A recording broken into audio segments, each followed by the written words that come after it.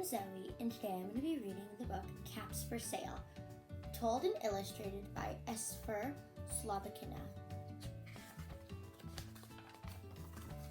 Caps for Sale, a tale of a peddler, some monkeys, and their monkey business.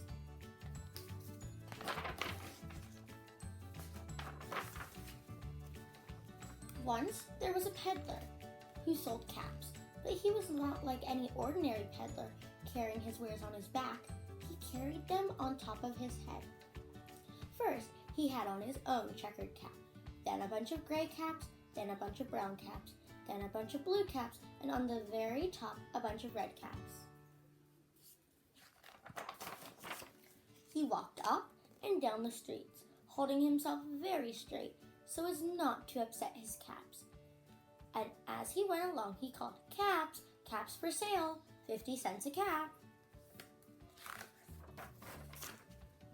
One morning, he couldn't sell any caps. He walked up the street and he walked down the street calling, "Caps, caps for sale, 50 cents a cap." But nobody wanted any caps that morning. Nobody wanted even a red cap. He began to feel very hungry, but he had no money for lunch. "I think I'll go for a walk in the country," said he, and he walked out of the town, slowly, so as not to upset his caps.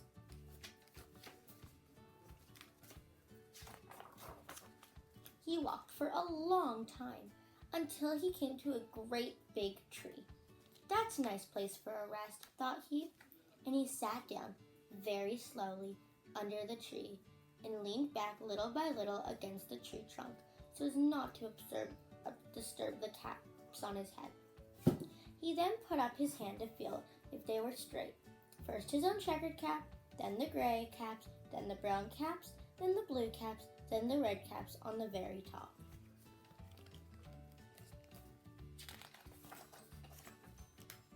They were all there, so he went to sleep. He slept for a long time.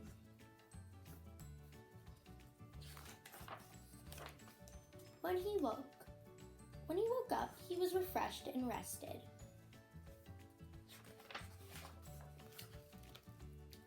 But before standing up, he felt with his hands to make sure his caps were in the right place. All he felt was his own checkered cap.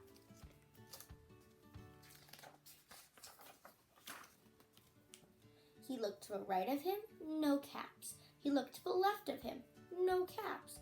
He looked in back of him, no caps. He looked behind the tree, no caps. Then he looked up into the tree, and what do you think he saw?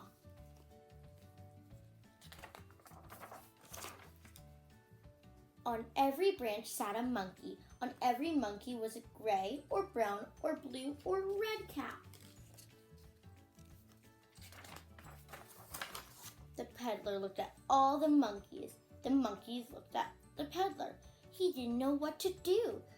Finally, he spoke to them. "You monkeys, you," he said, shaking a finger at them. "You give me back my caps."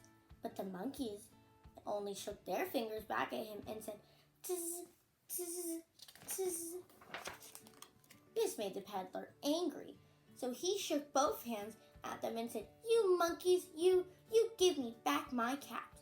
But the monkeys only shook both their hands back at him and said, "Tizz, tizz, tizz."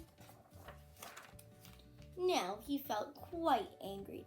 He stamped his foot and he said, "You monkeys, you better give me back my caps." But the monkeys only stamped their feet back at him and said, "Tizz, tizz, tizz." By this time, the peddler was really very, very angry. He stamped with both his feet and shouted, "You monkeys, you must give me back my caps." But the monkeys only stamped both their feet back at him and said, "Tizz, tizz, tizz."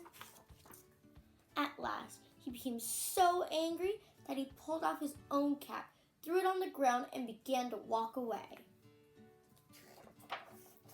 But then, each monkey pulled off his cap. And all the grays, and all the brown caps, and all the blue caps, and all the red caps came flying down out of a tree. So, the peddler picked up his caps, put them back on his head. First his own checkered cap, then the gray caps, then the brown caps, then the blue caps, and then the red caps on the very top. And slowly, he walked back to town calling, "Caps, caps for sale, 50 cents a cap." The